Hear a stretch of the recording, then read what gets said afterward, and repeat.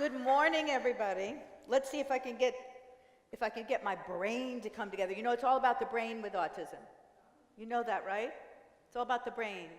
And we're going to look at the 4 lobes of the brain and the jobs that the lobes do and how that plays a part in autism. First of all, I'd like to know, how many of you are teachers? Please raise your hand. Good. Educators. Ooh, good. Lots of educators. Great. How many speech and language path? No speech and language? Okay. How about OT? OT. Thank you. Lovely. How about PTs? Physical therapists? Oh, OT and PT. All right. You're rocking. How about parents? Lovely. Parent, OT, PT? Parent. Good. How about an individual on the autism spectrum? Thank you. Good, good, good. All right. Did I miss anybody? Administrator of schools.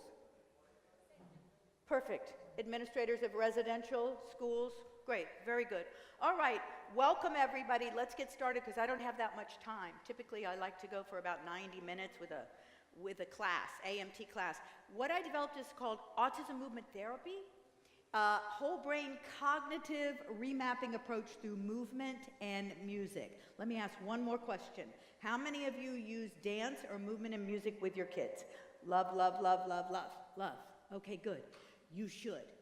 It's a great intervention for autism. So autism is a neurological brain difference that can affect the way an individual processes speech and language and interacts with his environment and others. I say difference because I did a workshop, an Autism Speaks grant, gave me a workshop for adults on the autism spectrum, and I did my 2-day, 10-hour certification workshop in Los Angeles. And when I got to this piece, I had, it is a disorder. And one of the individuals raised his hand and said, could you please change that to difference? I said, absolutely, difference. It's not a disorder, it's a different way of thinking. It's a different way that the brain processes the variables in the environment. What does this mean? Speech and language, we know. What does this mean? Interacts with his environment. His environment, what could that be? Behavior. What are the 3 criteria for autism? Speech and language, social skills, and behavior. What about with others? Social skills. So let's look at the 3 areas that we're working with. What is AMT? An empowering instructional strategy strengthening the left and right hemisphere of the brain to integrate by combining patterning, visual movement, calculation, audio receptive processing, rhythm, and sequencing for a whole brain cognitive approach. What we're doing is improving behavior, emotional, academics.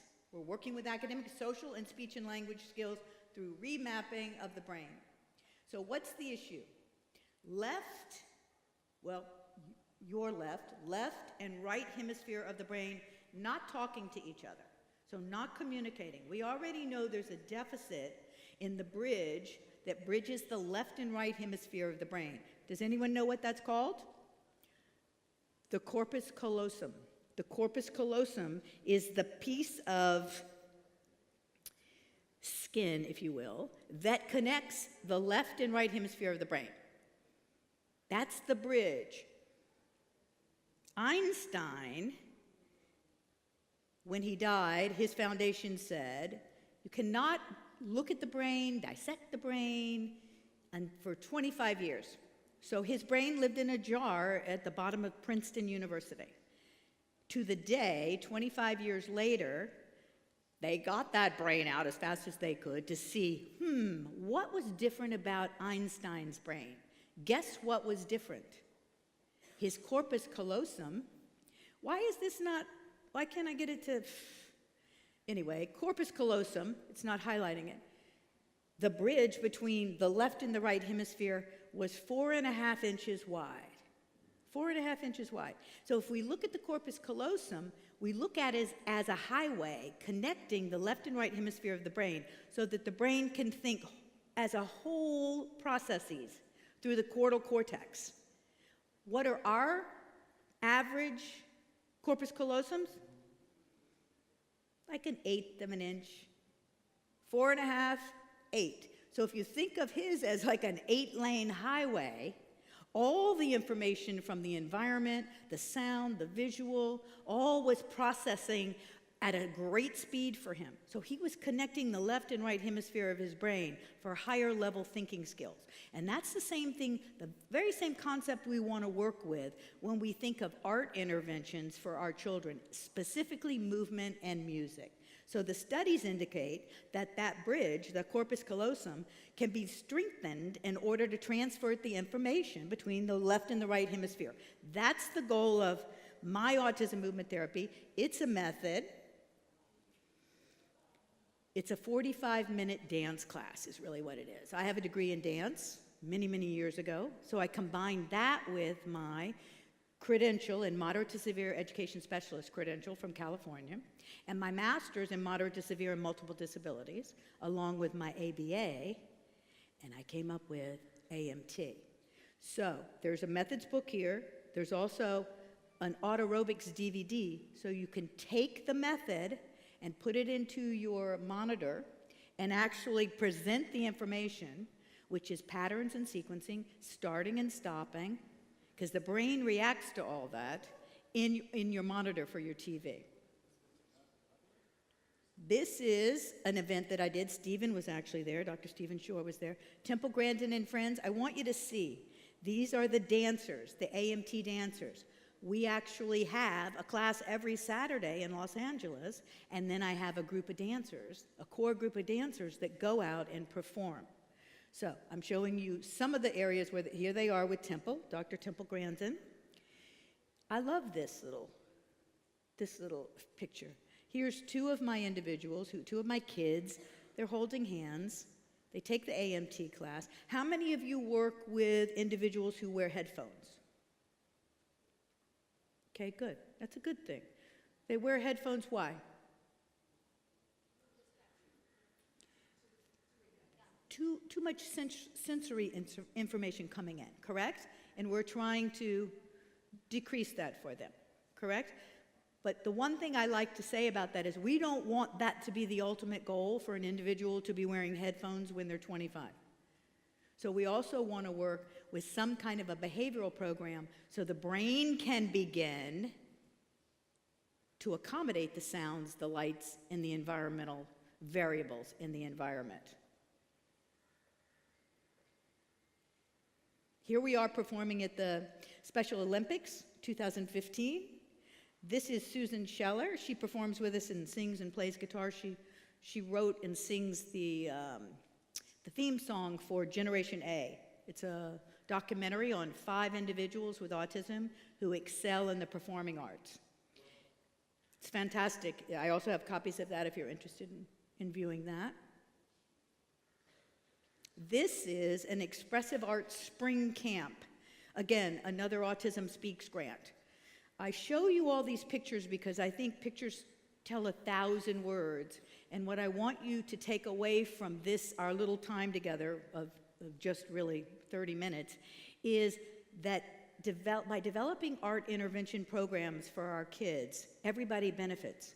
So we don't only want to keep it within a structure of a center or a school. We want to think of making a pathway for our children to take the art intervention, whether it be movement and music or yoga or martial arts, whatever it is, out into the community. Because we're at a point where we need to educate the community on what our kids can do.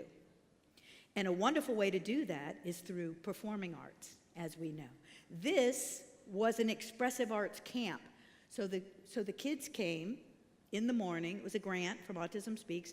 At 9 o'clock, they did AMT for 45 minutes. They had a little break. They came back and they did music therapy. They had a little break, and they came back and they did art therapy.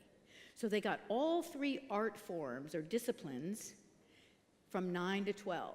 These are the kind of structured art interventions that I think we want to begin to look at here in India and be able to present them to our kids so that they have access.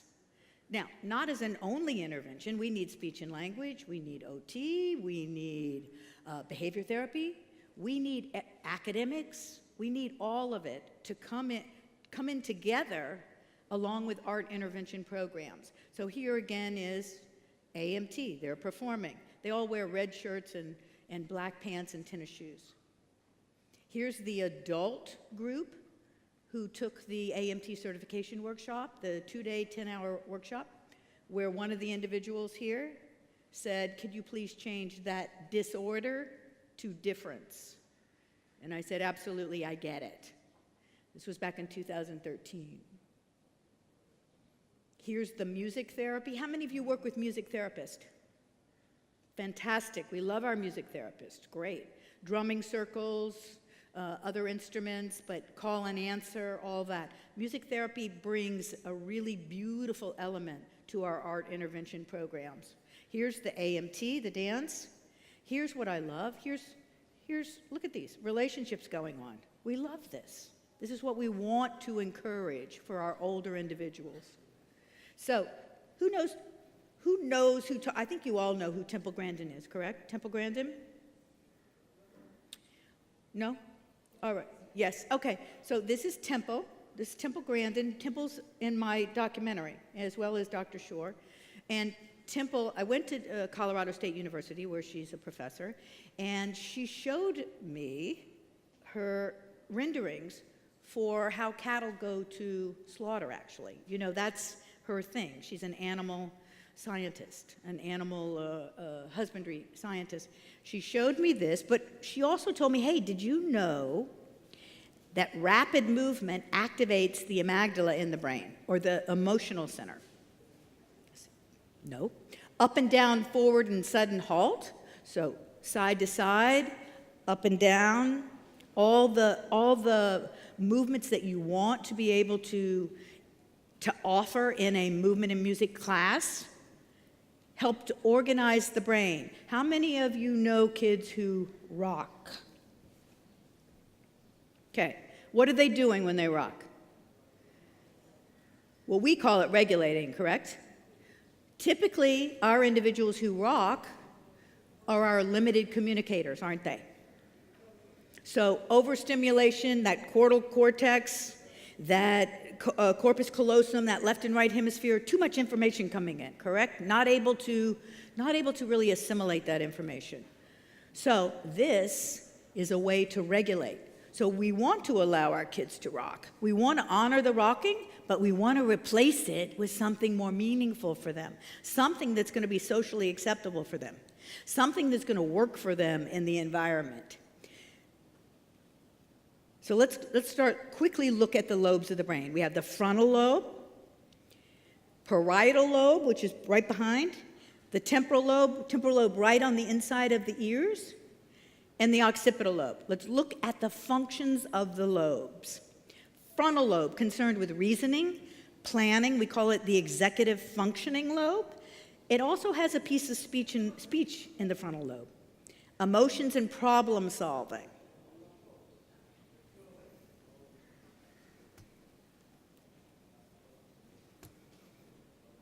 What happened?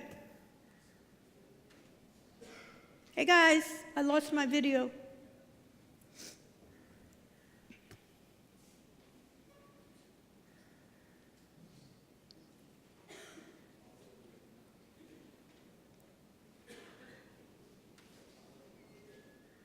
Hello?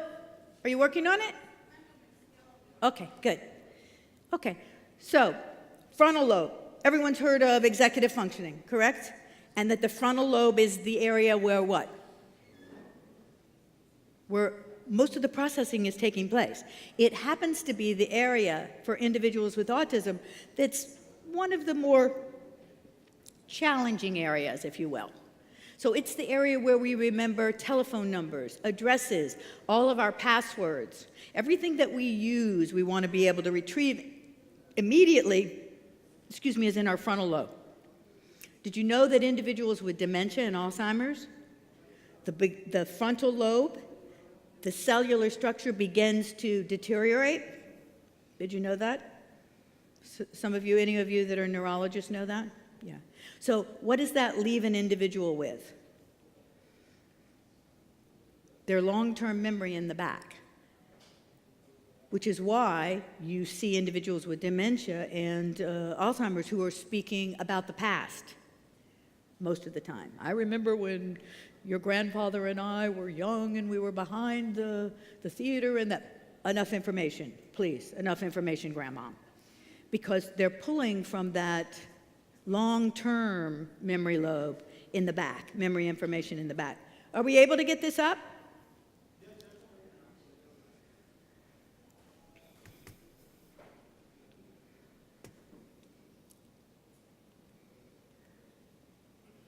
Temporal, I'm just going to keep moving forward because we don't have that much time.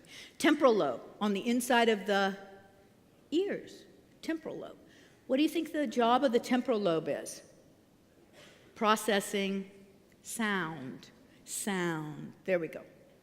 Processing sound and information coming from the environment in an audio form. What's about the parietal lobe? What's that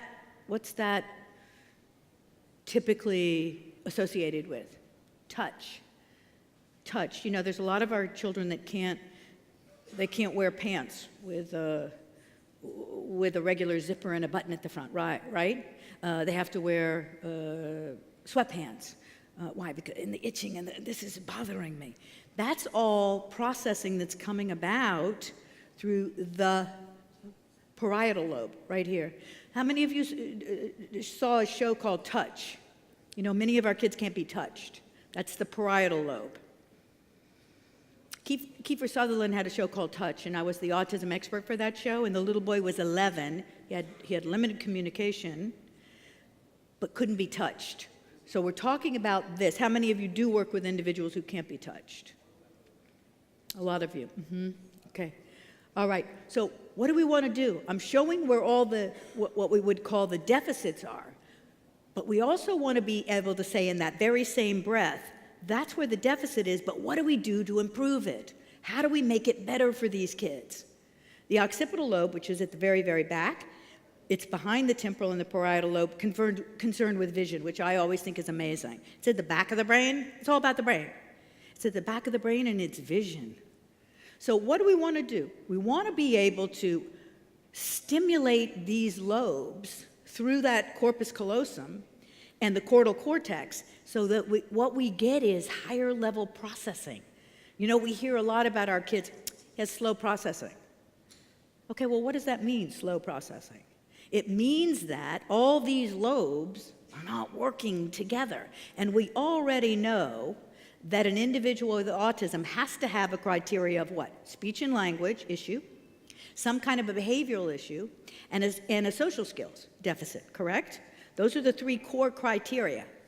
So if speech and language is the number one core criteria for autism, and everything for speech and language lives on the left side of the brain, then it only goes to reason that the left side of the brain is not getting stimulated through that corpus callosum, Einstein's big old 8-lane highway, ours 1/4 of an inch, Einstein 4.5 inches, that what we have to do is begin to stimulate that information and get it over to that left side of the brain.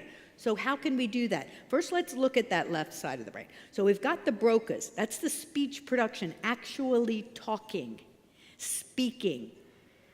That lives at the front, in the frontal lobe, right here, the little red area. But the Wernicke's lives in the temporal lobe. And it lives right behind the frontal lobe, in the temporal lobe, and that's what we call pragmatics. Pragmatics is understanding the idea of language. So our kids have, to a greater or lesser degree, a deficit in either the Broca's, the Wernicke's, or both. Some of our kids can talk, but the pragmatics is off, correct? A lot of our kids don't have the pragmatics, but they have language. So what we want to do is stimulate that left hemisphere of the brain by getting that right hemisphere and left hemisphere talking through that corpus callosum. Well, how do we do that? Patterns and sequencing, starting and stopping, repetition are the fundamental underlying elements of connecting the left and right hemisphere of the brain. So here's a class. Here's an AMT class. Dr. Stephen Shore and I, oh, he left.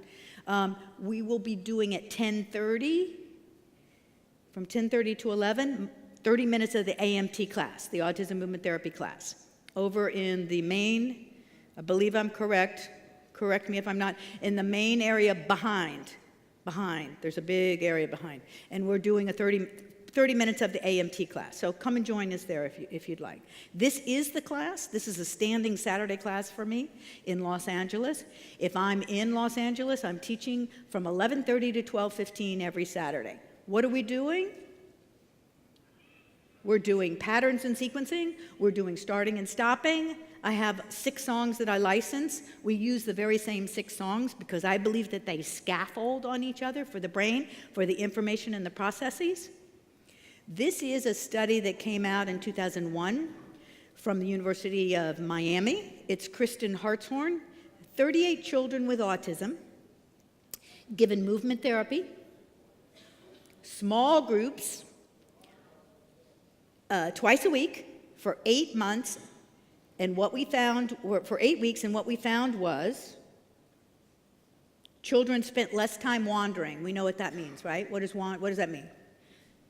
Running out the door, eloping, escaping, running, as we say. More time showing on-task behavior, being able to actually focus. Less time showing negative response to being touched, again, the parietal lobe. And less time resisting the teacher than those in the control group. They had a control group. Look up that study, Kristen Hartshorn. So again, let's go back to what are we really doing? How do we stimulate that? Because I don't want you to leave you with, oh, there's the 4 lobes of the brain, there's a corpus callosum, the left and right hemisphere of the brain, and we want to stimulate it. How do we do that? We do it through patterns and sequencing, starting and stopping, and repetition is the key. So if you're giving a dance class or a movement and music class, I gotta speed it up, right? Don't be changing it up every time. They don't want that. They don't want to come into a class and not know what to expect. How many of you have taken ballet?